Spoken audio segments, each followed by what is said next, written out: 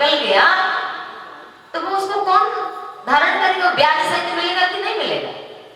ब्याज हर कोई चाहता है, बेटा है तो पौत्र भी होवे, चाहेगा कि नहीं? साल 2 साल संतान ना हो तो माता पिता भी बाप माँ घबरा जाते हैं कि अभी कोई बच्चा ही नहीं हुआ, 2 साल हो गए शादी को। तो जो प्रकृति है उसका नियम है कि वो ब्याज ही देती है भैया आपको, और देगी। आपने एक धान का पौधा लगाया, बीज डाला, उसमें हजारों बीज आ जाएंगे, आएंगे कि नहीं? ऐसे ही कर्म है। एक आपने किया है, एक काम भी अगर आपसे हुआ है गलत, अधर्म, जो आपके मन ने आपको डरा दिया है, ऐसा कोई अपराध अगर आपसे बना है तो आपको ब्याज सहित तो वो लेना पड़ेगा, आपकी इच्छा हो ना। ये प्रकृति का नियम। तो सुखदेव भगवान ऐसे हैं जिनकी दृष्टि से भेद ही समाप्त हो गया है। कहा महाराज हमें ऐसी पावन कथा सुनाइए। सूत जी शौनक आदि ऋषियों को 88,000 ऋषि हैं, नैमिषारण्य की परम पावनी भूमि है और 88,000 ऋषि बैठे हैं और सूत जी शौनक आदि ऋषियों को कथा सुना रहे हैं।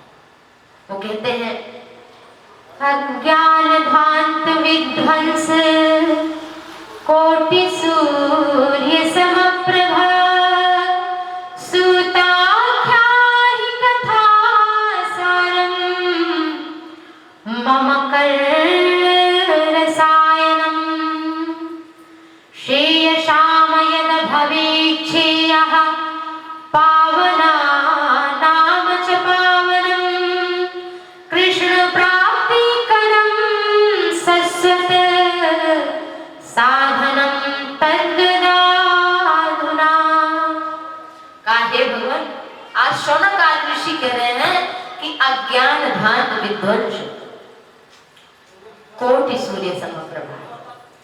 हे भगवान यदि एक सूर्य हो तो वो अंधकार को समाप्त कर देता है और आपका ज्ञान तो हजारों करोड़ों सूर्य के समान है। लेकिन ऐसा अगर प्रकाश भी हो जाए तो व्यक्ति देख नहीं पाएगा, ना तो वो अंधकार में देख पाता है और ना तो बहुत अधिक प्रकाश हो जाता है तब भी वो नहीं देख पाता। इसलिए हे भगवान आप अपनी वाणी से अपने ज्ञान रूपी सूर्य के प्रकाश से हम सभी के हृदय के अंधकार को आप दूर करें। सूताख्याहि कथा सारम, कथा ना सुनाइए हमें कथा नहीं सुननी, कथा तो बहुत है, हरि अनंत हरि कथा अनंता और कहीं सुनहि बहुविधि सब सत्या। तो भगवान की कथा अनंत है, नेति नेति निति निगम करे। तो ना इति इतना ही नहीं, इतना ही नहीं, और है और है और है और है। सारद शेष महेश विधि आगम निगम पुराण नेति नेति कहि जा समुद्र करहि निरंतर गान। शारदा शेष महेश ब्रह्मा जी जिनके 4 मुख हैं, जिनके 5 मुख हैं, शंकर जी 1000 मुख वाले शेष जी, 4 मुख वाले ब्रह्मा जी, 6 मुख वाले कार्तिकेय जी, सब भगवान की कथा कहते हैं। लेकिन थक जाते हैं कहते कहते और है और है। तो कथा अगर सुनाएंगे तो इतनी है कि हम कहाँ तक कथा सुनेंगे, फिर क्या सुनना है? बोले कि कथा सारम, हमें सार सुना, हमें ना फल चाहिए ना बीज चाहिए, हमें तो केवल सार ही सार चाहिए, हमें तो केवल रस ही रस चाहिए। तो कथा सारम मम कर्ण रसायनम। गोली देर में टेबलेट होती है, खाओगे तो बहुत देर में भूलेगी, लेकिन अगर लिक्विड है तो बहुत जल्दी असर करती है, नहीं करती। तो इसलिए कहा हमें कथा नहीं सुनना, हमें कथा का सार सुनाइए। और जो पावन को भी पावन करने वाली है ऐसी सुंदर कथा सुनाइए। कहते हैं श्रुत जी शौनक आदि ऋषियों से कि चिंता मणिर लोक सुखम सुरद्रुः स्वर्ग संपन्नम प्रयच्छति गुरु प्रीतो वैकुंठम योग दुर्लभम काल व्याल मुखग्रास त्रास निर्णास हेतवे श्रीमद् भागवतम शास्त्रम कलौ कीरेण भाषितम। कहा कि जो चिंतामणि है, एक चिंतामणि होती है कि चिंतन करो वो चीज दे देती है चिंतामणि। चिंतामणि लोक सुखम, इस संसार का सुख दे देगी, खत्म हो जाता है। कुछ भी हो, चाहे पैसा हो, धन हो, संपत्ति हो, घर हो, मकान हो, यहाँ तक शरीर भी खत्म हो जाता है। जो बचपन का शरीर था वो आज है क्या? किसी ने आपको 5 साल में देखा हो, आज देख ले पहचाने लो। हम तो भैया इनको जानते ही नहीं। भले अपना बेटा हो, कोई मां नहीं पहचान पाएगी। 5 साल का देखा हो, फिर 50 का देखे, कौन मां पहचानेगी? कोई ना पहचानेगी। रूप ही बदल गया। तो कहा कि चिंतामणि लोक सुखम, चिंतन करने मात्र से चिंतामणि जो चाहो वो दे देती है। सुरद्रु स्वर्ग संपदा, कल्प वृक्ष जो स्वर्ग में है, जो कुछ मांगो वो दे देती है। लेकिन वैकुंठ सत्संग नहीं दे सकता। वैकुंठम योगी दुर्लभम, वो क्या देगा? वो भागवत की कथा देती है। नहीं तो कहा समय बहुत थोड़ा है। काल व्याल मुखग्रास, काल व्याल, काल माने सभी जानते हैं। कहते हैं भैया काल आ गया तो जीवन चला गया। काल व्याल मुखग्रास, और ग्रास माने भोजन। तो काल रूपी व्याल माने सर्प, काल व्याल मुखग्रास, काल रूपी सर्प के मुख का भोजन है हम सभी। काल व्याल मुखग्रास, त्रास मिलना से करे। जरा बीमारी हो जाती है, आदमी डर जाता है कि मरने का समय तो नहीं आ गया। त्रास मिलना से तबे किसी दुख से वो डरा रहता है। ऐसे दुख से निकालने के लिए अगर कोई दवा है तो वो भगवान की कथा है। बोलो जय जय श्री राम। तो ये भागवत की कथा इतनी महत्वपूर्ण क्यों है? जब राजा परीक्षित को, देखो अभी तो कथाओं का स्वरूप बदल गया है। आज हमारे संगीत वाले कुछ भटक गए रास्ता, भी तो रास्ते नहीं आ रहे हैं। लेकिन अगर हम निवेदन करें तो कथा बहुत कम हो गई है, सुनने वाले श्रोता भी कम हो गए हैं। उनको चाहिए संगीत। लोग कहते हैं भैया हमारे यहाँ ऐसी कथा करो महाराज, लोग नाचे गाएं झूमे, बस वो अपने कल्याण के लिए कथा ही नहीं। जितना दिखावा, जितना अच्छा स्वरूप बनाकर सुनने आओ, जितना अच्छा बनाकर स्वरूप बैठो, ऐसे ही लोगों की कलिकाल में प्रशंसा है। तो कथा राजर्षि परीक्षित को जब श्राप मिला कि आज के 7वें दिन आपको तक्षक नाग डस लेगा, तो राजा परीक्षित गंगा के तट पर गए थे और 7वें दिन उनको मोक्ष की प्राप्ति हो गई। तो ब्रह्मा जी विस्मित हो गए और तराजू के एक पलड़े पर सारे सदग्रंथ वेद पुराण सब रख करके बैठे और एक पर केवल श्रीमद् भागवत को, लेकिन सारे उठ गए और श्रीमद् भागवत ही भारी पड़ा। तो ऐसी कथा है श्रीमद् भागवत की। बोलो जय जय श्री राम। तो ये तो भैया कई जन्मों की कथा है, कब तक कहें सुने खत्म नहीं होगी। लेकिन 7 दिन की परंपरा कहाँ से शुरू हुई? 7 दिन में हम भगवान की कथा सुने, ये चलन कहाँ से हुई? लोक विग्रह मुक्तस्य नारदस्य स्थिरस्य च विधिश्रवे कुतः प्रीतिः संयोगः कुत्र तैः सह।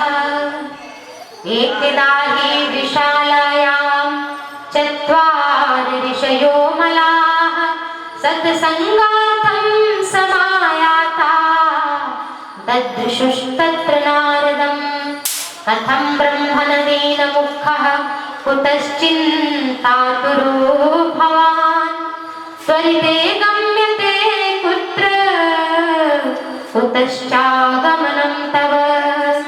हरिक्षेत्रं कुरुक्षेत्रं श्रीरङ्गं सेतुबन्धनम् एवमादिषु तीर्थेषु भ्रममाणितस्ततः। कथा बहुत ध्यान से सुनना। अब भागवत की 7 दिन कथा कैसे शुरू हुई हम इस पर चर्चा करेंगे।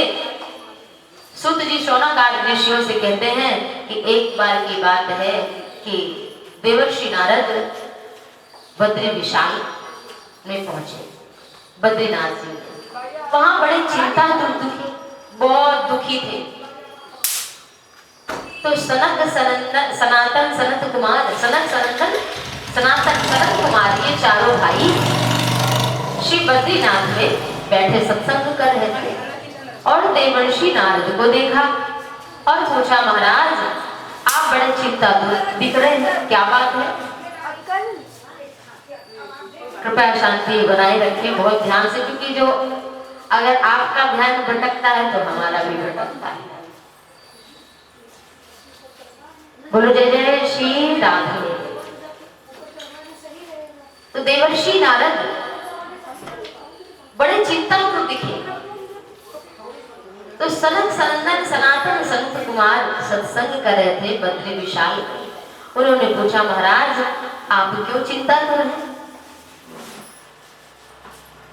तब बताया कि मैं सर्वोत्तम लोक जानकर पृथ्वी पर आया। हरि क्षेत्रम कुरुक्षेत्रम श्रीरंगम सेतुवंदनम एवमादिश तीर्थेषु ब्रह्मांड इतस्ततः। कहा, महाराज हमने सोचा पृथ्वी सर्वोत्तम लोक है, तो मैं हरि क्षेत्र गया, कुरुक्षेत्र गया, काशी गया, सेतुबंध गया, सब जगह गया, लेकिन कहीं भी मुझे शांति न मिली।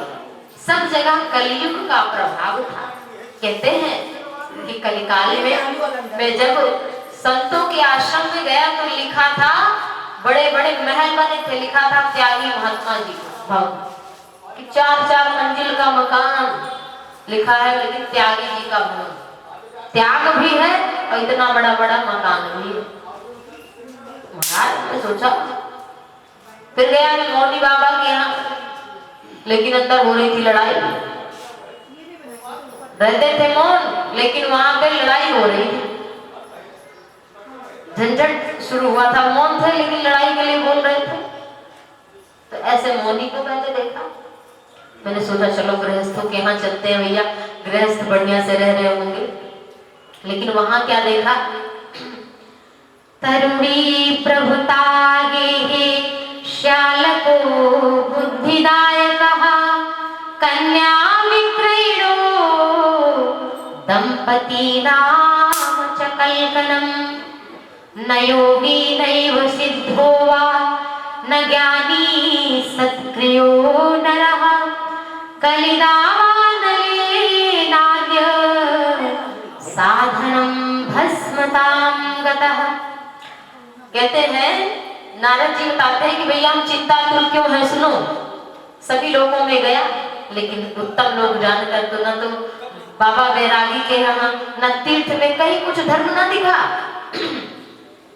गृहस्थों के घर गया तो तरुणी प्रभुता के, महाराज वहां पर माता पिता की नहीं चलती, किसकी चलती है? तरुणी माने अर्धांगिनी जी की, पत्नी जी की। तरुणी प्रभुता गेहि, घर में भाई बहन में विच्छेद होने लगता है जब विवाह हो जाता है। अधिक आप देखते हैं कि जब से देवी जी आ जाती है तो भाई बहन ही आपस में भाई भाई दुश्मन हो जाता है। उससे पहले भाई को कोई बोल दे तो देखो, लेकिन जब से देवी जी आ गई, तरुणी प्रभुता गेहि, उन्हीं की प्रभुता हो गई। वो जो है सो सही। श्याल को बुद्धिदायक, अपने माँ बाप से नहीं पूछते, अपने बड़े भाई या छोटे भाई से सलाह नहीं लेंगे। दूसरे भाई ना छोटा बड़े से लेगा और ना बड़ा छोटे से लेगा। किससे? साले साहब चलाका, श्याल को बुद्धिदायक। कोई बात होगी तो साले साहब से फोन लगाएंगे, क्या करें, वो बुद्धि देने वाला। तो ऐसा कलयुग का प्रताप कि जहां पर देखो वहां पर अधर्म ही अधर्म व्याप्त है। नारद जी बड़े परेशान हो गए कि मैं कहां जाऊं। तो उन्होंने सोचा कि कहां चलूं। बताया सनातन सनत कुमार से कि भैया मैं व्याकुल होकर के फिर श्री धाम वृंदावन गया।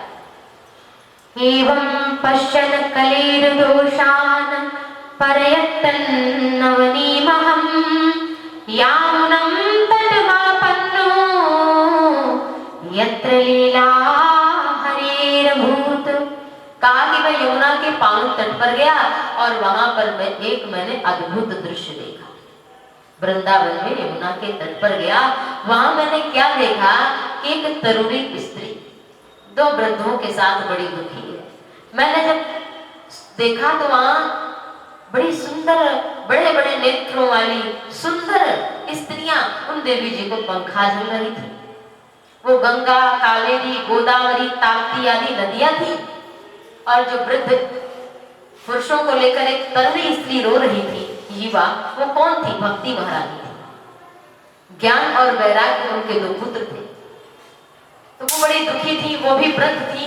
लेकिन जब वो जैसे वृंदावन में आई, उन्होंने वो तरुण हो गई, युवावस्था में आ गई, लेकिन उनके पुत्र बूढ़े ही रहे। अब माँ तरुण हो, माँ युवा हो और बेटे बूढ़े हो जाएं, रो रही है। नारद जी बता रहे कि जब मैंने देखा उसको तो मैंने सोचा कौन है, मैं सोचा कि स्त्रियों के बीच में मैं बाबा क्या करने जाऊं, मैं जाने लगा। लेकिन भक्ति महारानी ने पहचान लिया मुझे, साक्षात भक्ति महारानी।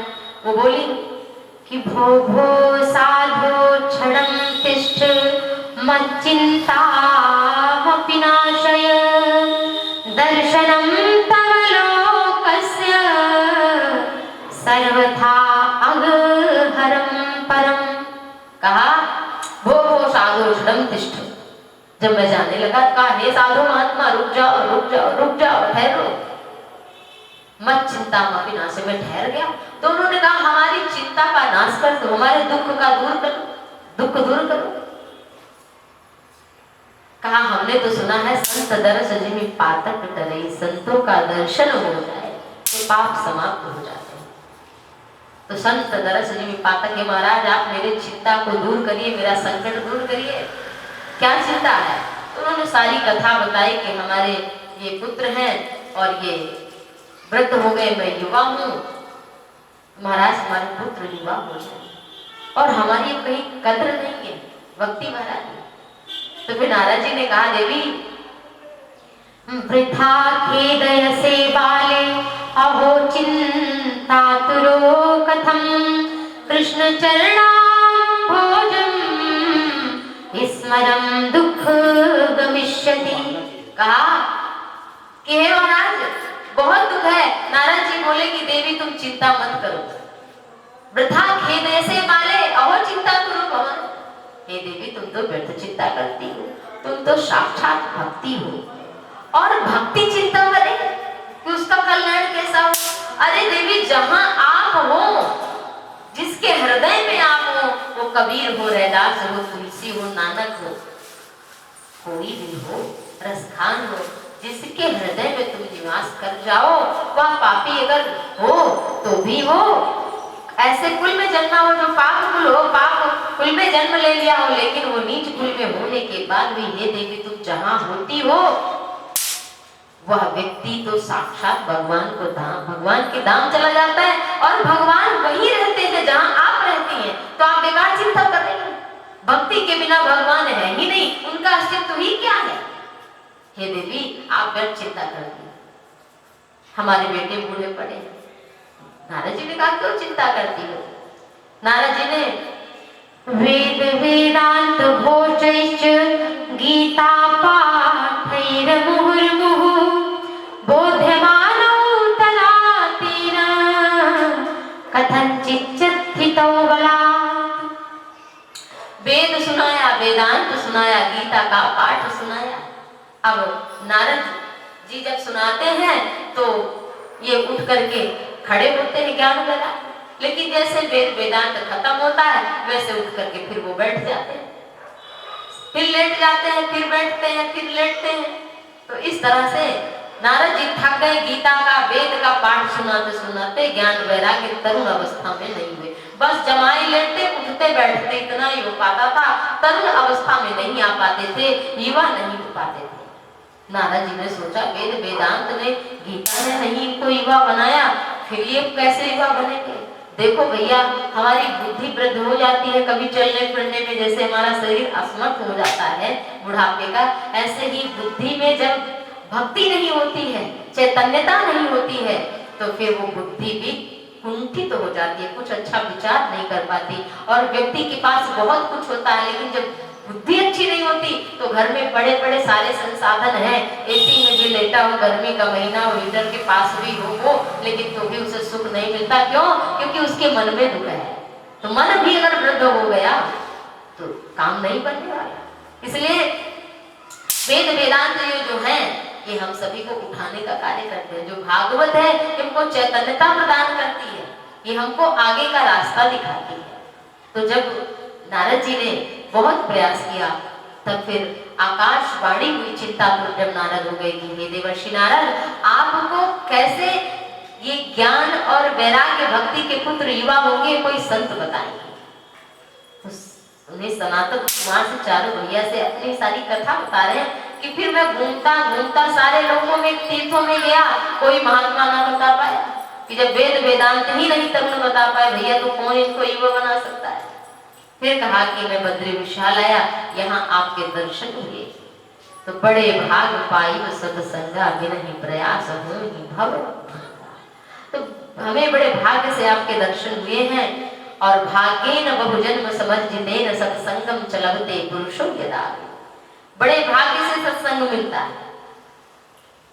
भाग्य जागृत होता है तो लोग को अच्छा मकान बनवा ले जाएंगे, अच्छी पत्नी मिल जाएगी, बेटा भी आज्ञाकारी कदाचित मिल जाएगा, लेकिन मन कहाँ से सुखी होगा? मन तो भी आपका दुखी होगा। इसलिए भाग्य का फल है संसार का सुख। हो सकता है मिल जाए, लेकिन जो भी मिल रहा है आप आज ध्यान से सुन करके जाना, जो कुछ भी आपको मिला वो हमेशा के लिए नहीं मिला है, बस इतना समझ के जाना। और यही आपकी बुद्धि को, आपको जीने का जो तरीका है वो सरल और सहज जीवन को बना दे कि जो कुछ भी मिला है, जो मिल रहा है, जो मिलेगा हमेशा के लिए नहीं मिलेगा, हमेशा के लिए जीवन नहीं मिला। जीवन लघु संबंध जीवन पंचदशा कल्पांत नास गुमान असा। 10-5 साल का जीवन मिला है, ज्यादा नहीं। 10 गोस्वामी जी ने भी कहा लघु संबंध जीवन पंचदशा 10-5 कल्पांत नास गुमान असा। और गुमान ऐसे करके बैठे हैं जैसे लग रहा है कि कभी नाश ही नहीं होगा।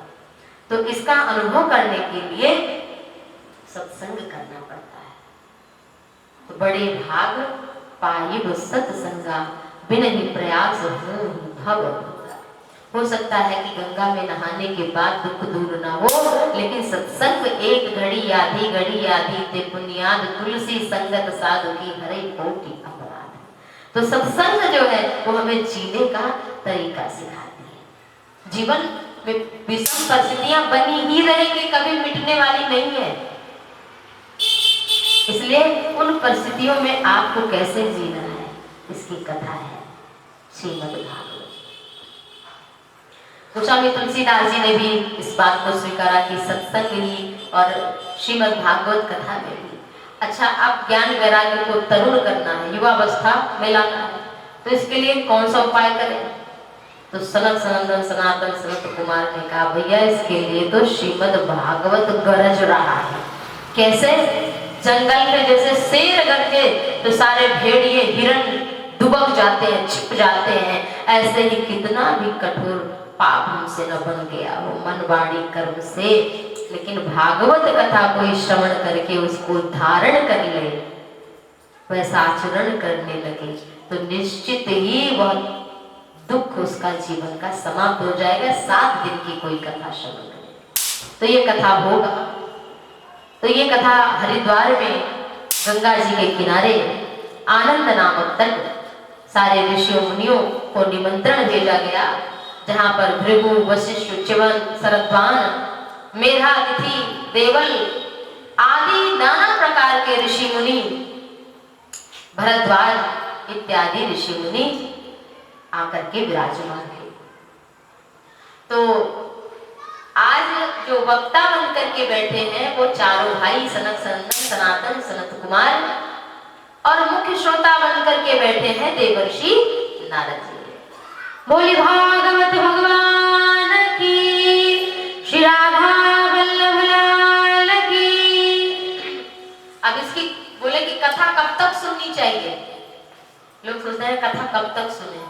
भैया आपसे कोई पूछे सांस आपको कब तक लेनी है? दिन भर में आपको 10 बार सांस लेनी है, बस बाकी दिन लोग घबरा जाएंगे फिर तो मर जाएंगे। ऐसे ही मन को खुश रखना है, जीवन को प्रसन्न रखना है, भगवान की की कृपा प्राप्त करना है, अपने जीवन के दुख को मिटाना है, तो फिर सूत जी कहते हैं शौनकादिक ऋषियों से कि सनकादि मुनीश्वर नारद जी से कहते हैं कि सदा सेव्या श्रीमद् भागवती कथा यस्याः श्रवण मात्रेण हरिश्चित्तं समाशयेत् न गंगा न गया काशी पुष्करं न प्रयागकम् सुखशास्त्र कथायाश्च फलेन संतां नयेत् श्लोकार्धं श्लोकपादं वा पठेत् भागवतं च यः नित्यं पुण्यं वाप्नोति राजसूयाश्वमेधयो। कहा कि ये कथा सदा ही सेवन करने योग्य, जैसे में प्रतिदिन हर क्षण सांस लेना पड़ता है, कथा तो ऐसे ही जैसे नित्य भोजन की आवश्यकता शरीर को है, ऐसे ही कथा की आवश्यकता हर दिन है, हर क्षण है। और इसके श्रवण मात्र से, ऐसा देखो हमारी बात नहीं है, ये सूत जी कह रहे हैं शौनकादि ऋषियों से, भगवान सनकादि कहते हैं देवर्षि नारद से कि जिस क्षण आप कथा सुनने का संकल्प ले लेते हैं, आपको कहीं सुनाई पड़ रही है कथा, आपके लिए हमें कथा में जाना है, ऐसा संकल्प करने मात्र से भगवान श्री हरि श्री राधा वल्लभ भगवान आकर के हृदय में विराजमान हो जाते हैं। बोले भागवत भगवान की। तो कहा इसकी तुलना में गंगा आदि का तो सेवन किया जा सकता है ना, तुलना माने बराबरी। तो कहा नहीं, न गंगा न गया काशी, न गंगा है भागवत की तुलना में, न गया है, न काशी है, न पुष्कर है, न तीर्थों के राजा प्रयाग है। मतलब इन न गंगा न गया काशी पुष्करम न प्रयागकम, कोई तीर्थ श्रीमद् भागवत की तुलना में है ही नहीं। जैसा फल जैसा पुण्य बनता है भागवत की कथा सुनने से, वैसा पुण्य ना गंगा का सेवन, ना गया का सेवन, ना काशी का सेवन और ना किसी अन्य तीर्थ का सेवन करने मात्र से, जैसा कि सुख शास्त्र कथायाश्च फलेन संतां नहीं। अगर आपको कोई कहे गंगा जाना है नहाने, पैसा लगेगा, समय लगेगा ज्यादा। आप यहाँ से कोई गंगा जी जाए, हरिद्वार जाए, जहाँ गंगोत्री जाए, यमुनोत्री जाए, तो यमुनोत्री आदि की रास्ता है तो वहाँ कितनी कठिन है। जो लोग गए वो तो जानते होंगे गंगोत्री का रास्ता इतना कठिन है। प्रयागराज भी जाओ तो बढ़िया शरीर होना चाहिए, समय होना चाहिए, कुछ धन भी होना चाहिए। लेकिन कथा अगर आपको सुनाई पड़ रही है, आपके आसपास हो रही है, अगर आप नहीं पहुंच पा रहे हैं तो ये आपका दुर्भाग्य है। तो भगवान कहते हैं कि सनकादि भगवान कह रहे हैं कि इसकी तुलना में कोई तीर्थ कोई नदी आदि नहीं है। प्रतिदिन जो श्लोक आर्धम माने आधा, जो प्रतिदिन श्रीमद् भागवत का आधा श्लोक सुने पढ़े, ज्यादा नहीं, आधा भी समय नहीं है तो श्लोक आर्धम श्लोक पादम, फिर एक पद गोविंदाय नमो नमः, इतना ही आप प्रतिदिन कह लो तो कहते हैं नित्यम पुण्यम वाप्नोति।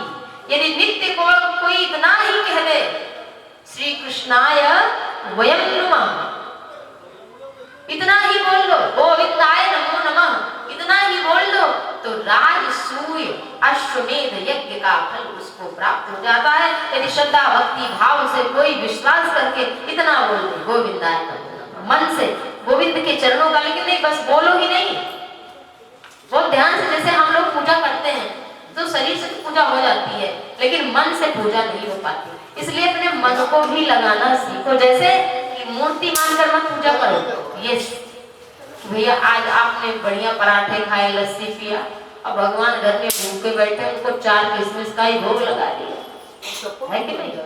बतासे का भोग लगा दिया, तो मिश्री का भोग लगा दिया। आपको पार्टी में जाना है, भगवान भूखे बैठे हैं बेचारे। अगर ये भावना है तो भगवान की भक्ति है वो आपके घर में एक केवल पत्थर की मूर्ति विराजमान हो सकती है, भगवान नहीं हो सकते। अगर भगवान आपके घर में विराजमान, आप मानते हो कि आपके घर में भगवान है, तो क्या भगवान को भूखा रखना चाहिए? आप भले कहीं घूमने जाओ, कुछ खाने जाओ, होटल जाओ, कहीं उनकी व्यवस्था करके जाओ, उनको बना के खिला के पवा के जाओ और उनसे कह के जाओ कि भाई जो भी संबंध, भगवान को भगवान ही मत मानो। हम आपसे ये भी निवेदन करें कि भगवान को भगवान ही मत मानो, उनका अपना संबंधी मानो। प्रेम कैसे बनता है?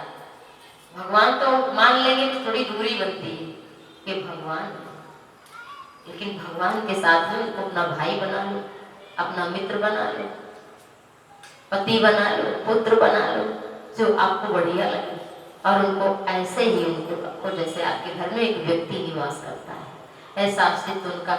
लोग पूछते हैं आपके घर में कितने हैं? ऐसे तो व्यवहार की भाषा में चलो ठीक है 4 लोग हैं, 5 हैं, 6 हैं, लेकिन अगर आप भगवान से प्रेम करते तो हम 6 लोग हैं। भगवान को क्यों ऐसा नकार रहे हो? क्यों है ही नहीं, इसका मतलब आप उनसे प्रेम नहीं करते। जो संबंध आपके जीवन में कम है, कमी है, वो चीज भगवान को अपना मान लो। यही भक्ति की पहली सीढ़ी है और यही आपकी आखिरी सीढ़ी बन जाएगी। जब प्रणाम करो भगवान को, बस हाथ ही मत जोड़ो, उनका ध्यान करो कि हे प्रभु ये आपके चरण कमल है, इनमें हमारा अधम मस्तक ये जो है वो हमारा प्रणाम आप स्वीकार करो। ये छोटी छोटी चीजें हैं और इन्हीं से भक्ति का उदय हो जाता है। और निश्चित ही जिस दिन भक्ति का उदय हो गया उस दिन आपके नेत्र गदगद होने लगेंगे अकेले। भक्त कौन है इसकी पहचान भी तो करनी चाहिए। आप अपने को भक्त कब माने? वैसे तो मानना ही नहीं चाहिए, अधम ही है हम, लेकिन उसका प्रमाण क्या है कि कोई भक्त है? मम गुण गावत पुलक शरीरा, गदगद गिरा नयन बहनीरा। अगर आप अकेले में भी बैठे हो, जैसे अपने प्रियतम परदेश चला गया हो, पति पत्नी अकेले में उसका स्मरण करके रुदन करती है, जैसे एक नन्हा सा बालक अपनी माँ से दूर होकर के उसके लिए छटपटाता